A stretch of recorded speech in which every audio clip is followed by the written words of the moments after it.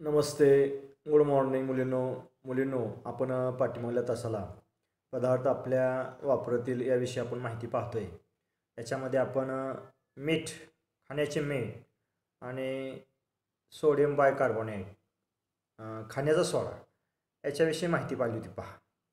तर त्याचं तुम्ही उपयोग वगैरे तुम्ही लक्षात ठेवायचं, वारंवार वाचन करायचं आणि त्या ठिकाणी नोट्स काढायच्या पहा. व्याख्या वगैरे असतील, गुणधर्म असतील तर लिहून काढायचे. तर पुढला जो भाग याच्यामध्ये आहे, पदार्थ आपल्या वापरातील याच्यामधला जो substance use in daily common life, तर ब्लिचिंग पावडर आहे पहा. ब्लिचिंग पावडर त्याच्यामध्ये त्याला मराठीमध्ये विरंजक चूर्ण असं म्हटलेलं आहे. कॅल्शियम ऑक्सीक्लोराईड हे नाव आहे त्याचं पहा. कॅल्शियम ऑक्सीक्लोराईड CaOCl2 हे सूत्र आहे पहा. तर हे आपल्याला माहीत आहे की आपल्या पावसाळ्यामध्ये विशिष्ट प्रकारचा पाण्याच्या नळाला वास येतो किंवा tap water has be typical strong odour in the rainy season म्हटलं आहे. पावसाळ्यात नळाच्या पाण्याला एक विशिष्ट उग्र वास येतो. आपलं वॉटर सप्लाय जे पाणी असतं त्या पाण्याला सुद्धा पावसाळ्यामध्ये विशिष्ट प्रकारचा उग्र वास येतो का, हे तुम्ही कधी विचारलं आहे का किंवा याचा विचार केला आहे का पहा. Have you expressed it? तो तुम्ही अनुभवला आहे का? एक्सपिरियन्सड म्हणजे अनुभवले पहा. आता हे जे आहे पाठ घेतोय तो आपण मराठी आणि सेमी इंग्रजी या दोन्ही विद्यार्थ्यांसाठी आहे, लक्षात ठेवायचं. Water in the swimming pool also has same order. आता स्विमिंग पूलला पोहायला जर गेला असाल कधी तर त्याच्यामधल्या पाण्याला सुद्धा असाच उग्र वास येतो पहा आणि त्याचा कलर सुद्धा वेगळा असतो. त्याच्यामध्ये सुद्धा काय असतं? It is order of the chlorine gas. तर पाण्यामधील जंतूचा नाश करण्यासाठी वापरलेला क्लोरीन वायू हा वास असतो की पोहण्याच्या तलावामध्ये पाण्यालासुद्धा ह्या ठिकाणी उग्र वास येतो. त्यामध्ये पाण्यामधील जंतूचा नाश होण्यासाठी जे स्विमिंग पूलचं पाणी आहे, वॉटर सप्लायचं पाणी आहे, त्या पाण्यामधील जंतूचा नाश होण्यासाठी क्लोरीन वायू त्याच्यामध्ये असतो, क्लोरीनचा वास येतो. ह्यामध्ये म्हटलं it is a odour of chlorine gas use destroy the microbes in the water. पाण्यामधले मायक्रोब सूक्ष्मजीवी नष्ट करण्यासाठी ते टाकलेलं असते पहा. विरंजन चूर्ण असते. आता chlorine gas is a strong oxidising agent and therefore it has strong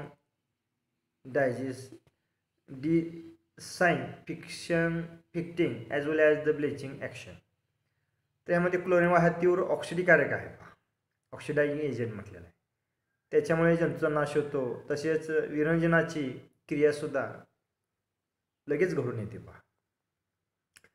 तर chlorine is inconvenient to handle because of its gassy state.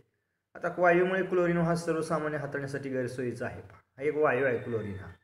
Chlorine हा गॅस असल्यामुळं हाताळण्यासुद्धा एक गैरसोयी ठरते कलेक्शन वगैरे करण्यासाठी. The solid bleaching powder which has to same effect is more convenient to use. त्यासाठी आता क्लोरीनऐवजी आता ह्या ठिकाणी आपल्याला पोहण्याच्या तलावामध्ये वगैरे क्लोरीन असल्यामुळं त्या ठिकाणी जो काय उग्र वास येतो ते क्लोरीनचा असतो. आणि आता क्लोरीन हा सर्वसामान्य हाताळण्यासाठी गैरसोयीचा आहे. त्याच्याऐवजी काय केलं आहे पहा. त्याऐवजी तसाच परिणाम देणारे स्थायी स्वरूपातील विरंजन चूर्ण सामान्य वापरासाठी सोयीची ठरते. क्लोरीन हे वापरण्याऐवजी विरंजन चूर्णाचा ह्या ठिकाणी वापर केला जातो की त्या ठिकाणी मग पाणी असेल, स्विमिंग पूलमधलं पाणी असेल हे स्वच्छ करण्यासाठी. तर ह्यामध्ये म्हटलेलं आहे की क्लोरीन हे जे इनकन्व्हिनियंट गैरसोयीचं आहे हँडल म्हणजे वापरण्यासाठी बिकॉज गॅसेस स्टेट असल्यामुळं. Instead it has solid bleaching powder which has same effect is more convenient to use. स्थायू स्वरूपातील जी काय विरंजन चूर्ण आहे हे क्लोरीनला पर्याय आहे तो त्या ठिकाणी टाकला जातो. The bleaching powders undergoes slow decomposition due to the carbon dioxide in air and chlorine gas released. त्यामध्ये विरंजन चूर्ण जे आहे संत गतीने त्याचं विघटन होऊन क्लोरीन वायू मुक्त होतो. हवेतील कार्बन डायऑक्साईडमुळे जर विरंजन चूर्णाची अभिक्रिया झाली तर त्यामध्ये कॅल्शियम कार्बोनेट आणि क्लोरीन वायू हा मुक्त होतो. मुक्त झालेल्या क्लोरीनमुळे विरंजन चूर्णाला त्याचा गुणधर्म प्राप्त होतो. त्यामध्ये भुकटी दिली बघा विरंजन चूर्णाची आणि एक रासायनिक अभिक्रिया सुद्धा दिलेली आहे. तर ते रासायनिक अभिक्रिया या ठिकाणी कॅल्शियम क्लोराईड ह्या ठिकाणी कॅल्शियम ऑक्सिक्लोराईड प्लस CO2 ह्याची रासायनिक अभिक्रिया होऊन कॅल्शियम कार्बोनेट आणि क्लोरीन हा वायू मुक्त होतो. क्लोरीन वायूला वरती बांध केलेला आहे, म्हणजे क्लोरीन जो वायू आहे मुक्त होतो आणि कॅल्शियम कार्बोनेटचे क्षार जे असेल पाण्यामध्ये विरघळतात. त्यामुळे bleaching powder is obtained by the reaction of chlorine gas with salt lime म्हटले. साल्ट लाईम कॅल्शियम हायड्रॉक्साईड याच्यामध्ये क्लोरीन वायूची अभिक्रिया होऊन आपण ब्लिचिंग पावडर तयार करतो. Bleaching powder is obtained by the reaction of chlorine gas with slaked lime म्हटलेला आहे. विरघळलेल्या चुन्याबरोबर क्लोरीन वायूची अभिक्रिया झाल्यास विरंजन चूर्ण मिळतं. विरघळलेलं चुना आहे त्याच्यावर जर रासायनिक अभिक्रिया झाली क्लोरीनची तर ह्यामध्ये कॅल्शियम ऑक्सिक्लोराईड विरंजन चूर्ण ह्या ठिकाणी तयार होतं आणि तेच रिॲक्शन खाल्लेलं आहे की calcium hydroxide plus chlorine Cl2 रेस टू CaOCl2 प्लस H2O पाणी तयार होऊ शकतं किंवा पाण्याची वाफ तयार होऊ शकते.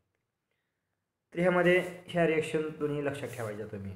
आता पुढं म्हटलेलं आहे प्रॉपर्टीज आणि युजेस म्हटले.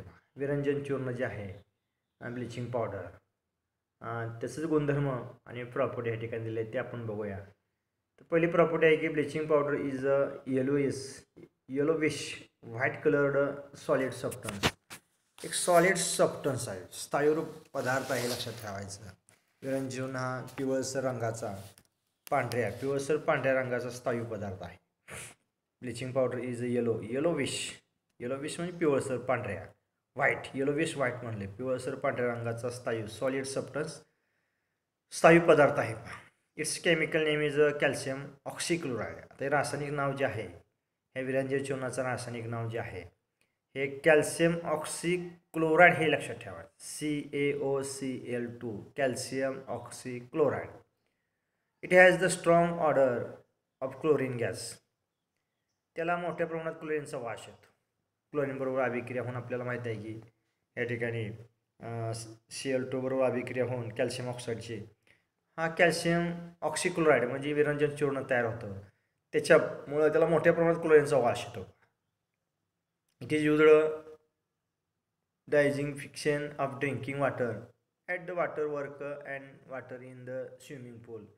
आता हे विरंजन चूर्ण आहे हे कशासाठी वापरलं जातं खूप महत्त्वाचं आहे. तर याच्यामध्ये याचा उपयोग जलशुद्धीकरण केंद्रात पिण्याच्या पाण्याचे निर्जंतुकीकरण करणे. आणि जलशुद्धी केंद्रात जर तुम्ही भेट दिली या ठिकाणी जवळ आसपास विजोरी ह्या ठिकाणी तर त्या ठिकाणी तुम्हाला ब्लिचिंग पावडरचं क्वार्टर त्या ठिकाणी दिसणार आहे. त्या टाकीमध्ये मोठमोठ्या टाकीमध्ये विशिष्ट प्रकारची ब्लिचिंग पावडर त्या ठिकाणी मिसळली जाते योग्य प्रमाणात आणि त्यातील पाण्यातील निर्जंतुकीकरण पाणी केलं जातं. तसेच जलतरण तलावातील पाण्याचे निर्जंतुकीकरण करण्यासाठी सुद्धा ब्लिचिंग पावडर वापरली जाते. तुम्हाला ब्लिचिंग पावडरचं उपयोग विचारतात, लक्षात ठेवायचं किंवा प्रॉपर्टी आणि युजेस दोन्ही लक्षात ठेवायचं. Bleaching powder used in a drinking water at the water work and the water in the swimming pool. पिण्याच्या पाण्याचे निर्जंतुक करण्यासाठी आणि स्विमिंग पूलमध्ये जलाशयातील पाण्याचे निर्जंतुकीकरण करण्यासाठी याचा वापर केला जातो. It is used for the bleaching of cloth. कपड्याचे विरंजन करण्यासाठी सुद्धा याचा उपयोग केला जातो. कपडे स्वच्छ करण्यासाठी निर्जंतुकीकरण करण्यासाठी याचा वापर केला जातो. Used for bleaching of cloth. 6वं म्हटलं आहे की it is used for disinfection by the road side and garbage sites.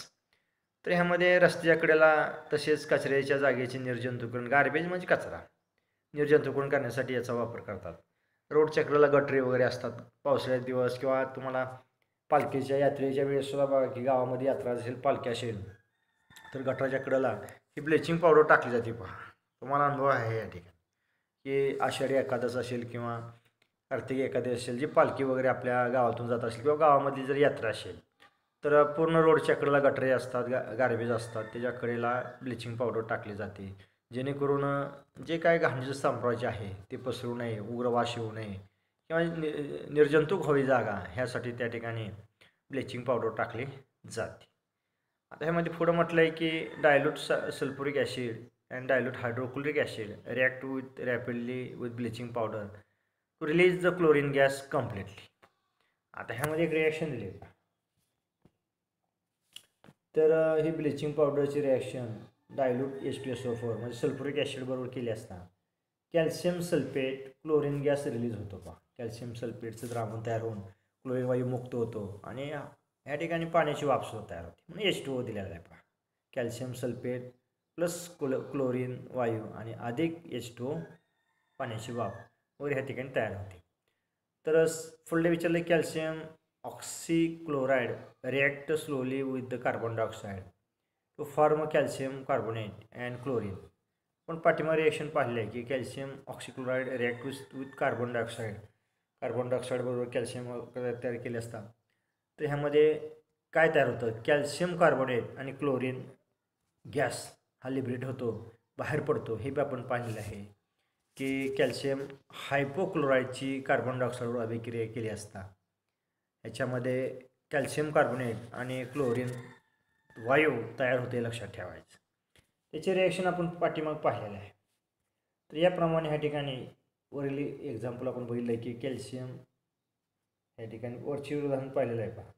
Calcium oxychloride plus CO2 त्याच्यापासून काय तयार होतं कॅल्शियम CO कार्बन डायऑक्साईडवर अभिक्रिया केली असता कॅल्शियम कार्बोनेट आणि क्लोरीन गॅस मुक्त होतं. तर ह्यामध्ये लक्षात ठेवायचं ब्लिचिंग पावडरचे उपयोग विचारतात. ब्लिचिंग पावडर कशी तयार केली जाते तर कॅल्शियम हायड्रॉक्साईडमधून क्लोरीन वायू पास केला असता कॅल्शियम ऑक्सीक्लोराइड हे तयार होतं ब्लिचिंग पावडर तयार होते. या ठिकाणी तुम्हाला सांगता आले पाहिजे की विरेगिल्ल्या चुन्याच्या क्लोरीन वायूबरोबर अभिक्रिया होऊन विरंजन चूर्ण करते. कॅल्शियम ऑक्साईड म्हणजे विरेगिल्ला चुना पहा. विरेगिल्ल्या चुन्यामध्ये क्लोरीन वायू जर पास केला तर त्यामधून विरंजन चूर्णाची निर्मिती होते. हे लक्षात ठेवायचं. पुन्हा एकदा ह्याचं वाचन करायचं आणि गुणधर्माने उपयोग प्रॉपर्टी आणि युजेस हे लिहून काढायचे. विरंजन चूर्णाचे सूत्रे लिहून काढायचं. पुढील जो भाग आहे आपण वॉशिंग सोडा धुण्याचा सोडा याच्याविषयी पुढील तासाला माहिती पाहूया.